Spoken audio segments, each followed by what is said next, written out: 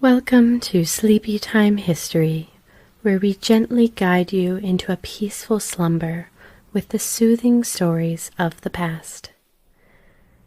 Tonight, we embark on a journey through the lives of two of the most celebrated composers in history, Ludwig van Beethoven and Frédéric Chopin. In this episode, we'll explore the powerful melodies and profound challenges that shaped their lives and their music. From Beethoven's determined fight against the silence of deafness, to Chopin's delicate compositions that echo the beauty and sorrow of his world. Their stories remind us of the resilience of the human race. Their stories remind us of the resilience of the human spirit. As you settle in, let the tales of their musical genius and the soft cadence of history carry you into a restful night. Close your eyes, relax, and drift away with the timeless sounds of Beethoven and Chopin. Ludwig van Beethoven was born on December 17th, 1770, in the city of Bonn, which was then part of the Holy Roman Empire, now found in modern-day Germany. His family was of Flemish origin, and his grandfather, also named Ludwig, was a well-respected musician in Bonn. The elder Ludwig held the prestigious position of Kapellmeister at the court of the Elector of Cologne, a role that brought both honor and stability to the family. Beethoven's father, Johann van Beethoven, was a court tenor. Johann had a complex and often difficult relationship with his son. Recognizing Ludwig's musical talent early on, Johann dreamed of turning him into a child prodigy, much like Mozart. However, Johann's methods were harsh and relentless. He subjected young Ludwig to rigorous practice sessions, often waking him in the middle of the night to practice piano, violin, and viola. Ludwig's mother, Maria Kevrich, was a gentle and loving figure in his life. She provided a sense of warmth and stability amidst the stern and demanding environment created by Johann. Maria's support and affection were crucial in Ludwig's early development, providing a counterbalance to his father's severity. The Beethoven household was not without its struggles. Johann's alcoholism often caused financial instability and emotional turmoil. Despite these challenges, young Ludwig's extraordinary talent shone through. By the age of 7, he was already giving public performances, astonishing audiences with his skill and expressiveness. Ludwig's early education was inconsistent, largely due to his father's erratic behavior. However, he received crucial musical training from a series of capable teachers in Bonn. One of his most influential early instructors was Christian Gottlob Neefe, the court organist. Christian recognized Ludwig's potential and took him under his wing, providing him with a solid foundation in composition and in theory. Under Christian's guidance, Beethoven published his first work at the age of 12, a set of keyboard variations. Christian also introduced Ludwig to the works of Bach, Mozart, and other great composers, broadening his musical horizons and deepening his appreciation for the art. At the age of 17, Beethoven traveled to Vienna, the cultural hub of Europe, hoping to study with Mozart. Although he returned to Bonn after only a short stay due to an illness of his mother, this trip was crucial in his development. In 1792, at the age of 22, Beethoven moved to Vienna permanently to study with Joseph Haydn, one of the most prominent composers of the time. In his late 20s, Beethoven began to notice a troubling change. His hearing, so essential to his work, was deteriorating. At first, it started with a persistent ringing in his ears, but soon he found it difficult to hear the notes he played. This gradual loss of hearing was a devastating blow for a musician whose life revolved around sound.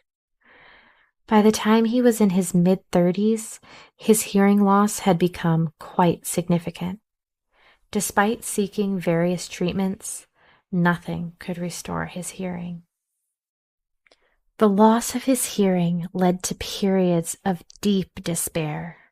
In a letter to his brothers known as the Heiligenstadt's Testament, written in 1802, Beethoven expressed his anguish and contemplated ending his life. This letter reveals the depth of Beethoven's inner struggle, but also his unwavering commitment to his art. He resolved to continue creating music that would transcend his personal challenges and inspire others. Beethoven continued to compose, relying on his deep understanding of music and his inner ear to guide him. His determination and resilience led to some of his most profound and enduring works. The period between 1802 and 1812 is often referred to as Beethoven's heroic phase. During this time, he composed many of his most famous works, including the Third Symphony, Eroica, the Fifth Symphony, the Seventh Symphony, and the opera Fidelio. His music conveyed a range of human experiences, from joy and triumph to sorrow and longing.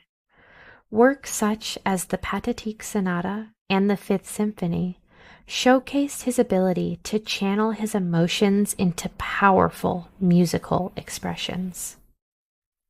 The Eroica Symphony, originally dedicated to Napoleon Bonaparte, symbolized Beethoven's admiration for heroism and his own personal struggle against adversity. When Napoleon declared himself emperor, Beethoven rescinded the dedication in disgust, but the symphony remained a testament to his vision of heroism and personal resilience. In his later years, Beethoven's compositions continued to push the boundaries of musical form and expression. Despite his complete deafness by this time, he produced more of his most extraordinary works. His late string quartets, in particular, are celebrated for their profound emotional depth and original structure. One of his crowning achievements of his late period is the Ninth Symphony, which premiered in 1824. This symphony, with its powerful Ode to Joy chorale finale, is a testament to the triumph of the human spirit and has become one of the most beloved pieces in the classical repertoire. It reflects Beethoven's enduring optimism and belief in the beauty of life, even in the face of adversity. Remarkably, Beethoven conducted the premiere without being able to hear a single note of the performance. It is said that after the final note, he had to be turned around to see the audience's rapturous applause.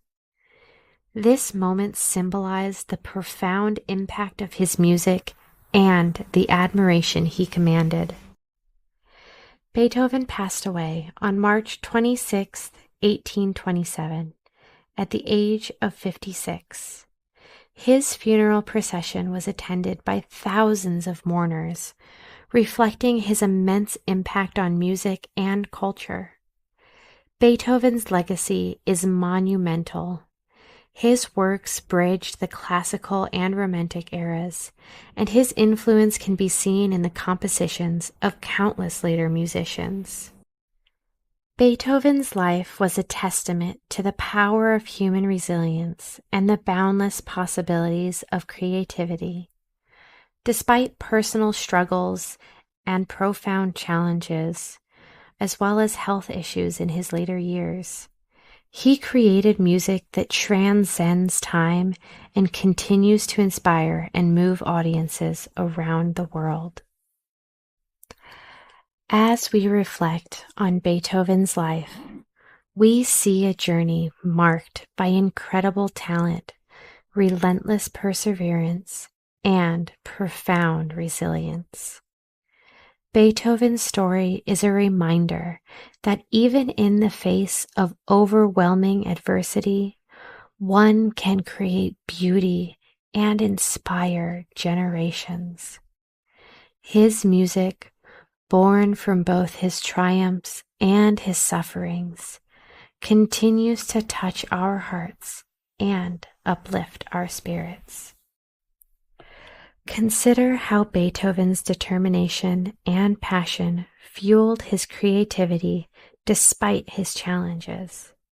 His ability to turn personal pain into universal beauty is a testament to the human spirit's resilience. Frédéric Francois Chopin was born on March 1st, 1810, in the small village of Żelazowa Wola, near Warsaw, Poland. His father, Nicholas Chopin, was a French expatriate who had moved to Poland to work as a tutor, and his mother, Tekla, came from a Polish noble family. The Chopin household was filled with music, as both parents were musically inclined. Nicholas played the flute and violin, while Tekla sang and played the piano. From a very young age, Frédéric Chopin displayed an extraordinary talent for music. By the time he was 6, he was already composing and giving public performances. His parents recognized his prodigious abilities and enrolled him in music lessons with Wojciech Żywny, a skilled pianist and composer. Żywny's instructions laid the foundation for Chopin's remarkable technique and expressive style. In 1823, Chopin began attending the Warsaw Lyceum, where his father taught French. Despite his academic commitments, Chopin continued to immerse himself in music. His early compositions, written during his teenage years, reflected the influence of Polish folk music and the works of prominent composers like Johann Sebastian Bach, Wolfgang Amadeus Mozart, and Ludwig van Beethoven. At the age of 16, Chopin enrolled at the Warsaw Conservatory, where he studied under Józef Elsner. Elsner recognized Chopin's unique talent and encouraged him to develop his distinctive style. During his time at the conservatory, Chopin composed several important works, including his first piano concertos and a variety of polonaises, mazurkas, and waltzes. In 1830, at the age of 20, Chopin embarked on a journey that would change his life forever. He left Poland for Vienna, intending to establish himself as a composer and performer in the heart of Europe's musical world. However, political unrest in Poland and the subsequent November uprising against Russian rule left Chopin feeling uncertain about returning to his homeland. In 1831, Chopin made his way to Paris, where he would spend most of his remaining years. Paris, with its vibrant artistic and intellectual scene, became a haven for exiled Polish nationals and a magnet for creative minds from all over Europe. Chopin quickly integrated into the city's musical circles, forging friendships with prominent composers such as Franz Liszt, Hector Berlioz, and Felix Mendelssohn. Paris provided an ideal environment for Chopin's creativity. He was in high demand as a teacher and performer, captivating audiences with his delicate touch and poetic interpretations of the piano. His compositions from this period, including the ballads, scherzos, and etudes, showcased his innovative use of harmony and rhythm, as well as his deep emotional expression. One of Chopin's most significant contributions to piano music was his development of the nocturne, a genre characterized by its lyrical, introspective quality. Inspired by the works of Irish composer John Field, Chopin elevated the nocturne to new heights, creating pieces that were both technically demanding and profoundly moving. Some of his most famous nocturnes, such as Opus 9 No. 2 and Opus 27 No. 2, remain beloved staples of the piano repertoire.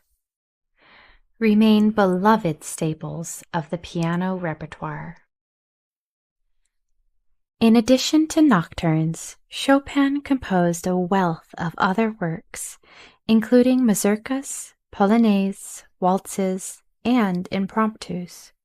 His mazurkas, in particular, were inspired by Polish folk dances and imbued with a sense of national pride. Through these pieces, Chopin paid homage to his homeland, even as he remained physically distant from it. Chopin's personal life was as intriguing as his music.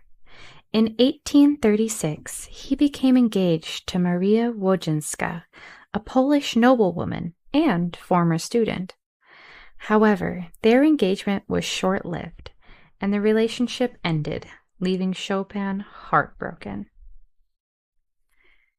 In 1838, Chopin began a tumultuous relationship with the French writer George Sand, whose real name was Aurore Dupin.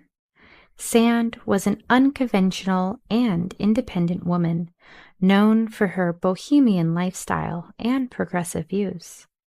Despite their differences, Chopin and Sand shared a deep emotional connection, and their relationship lasted nearly a decade. During their time together, Chopin and Sand spent several winters in the warmer climate of Mallorca, Spain, in hopes of improving Chopin's frail health. It was during this period that Chopin composed some of his most significant works, including the 24 Preludes, Opus 28. The couple's stay in Mallorca was fraught with challenges, including Chopin's worsening health and financial difficulties. Yet it also proved to be a highly productive time for his music. Chopin's health had always been delicate, and as he grew older, his condition worsened. He suffered from chronic respiratory issues, likely exacerbated by tuberculosis. Despite his declining health, Chopin continued to compose and perform, drawing strength from his music and his close friendships. In 1847, Chopin's relationship with George Sand came to an end, further compounding his emotional and physical struggles. He sought solace in his work, composing some of his most poignant and introspective pieces during this period.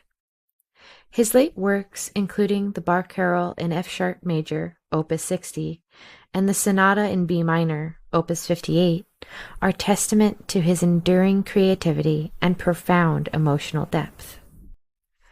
Frédéric Chopin passed away on October 17, 1849, in his Paris apartment at just the age of 39. His death marked the end of an extraordinary life, but his music continues to resonate with listeners around the world. Chopin's contributions to piano literature are unparalleled, and his works remain a cornerstone of the classical repertoire. Chopin's influence extends far beyond his own compositions. His innovative use of harmony, form, and expression paved the way for future generations of composers, including Claude Debussy, Sergei Rachmaninoff, and Alexander Scriabin. His music has inspired countless pianists, from his contemporaries to modern-day virtuosos. As we conclude our exploration of Frédéric Chopin's life and music, let the echoes of his exquisite compositions carry you into a tranquil slumber. The delicate melodies, profound harmonies, and heartfelt emotions of Chopin's works have the power to soothe the soul and transport us to a world of beauty and serenity. Thank you for joining us on this journey through the life of two of history's greatest composers. Until next time, may your dreams be filled with the enchanting sounds of music, and may you find peace and rest in the stories of the past. Good night and sweet dreams.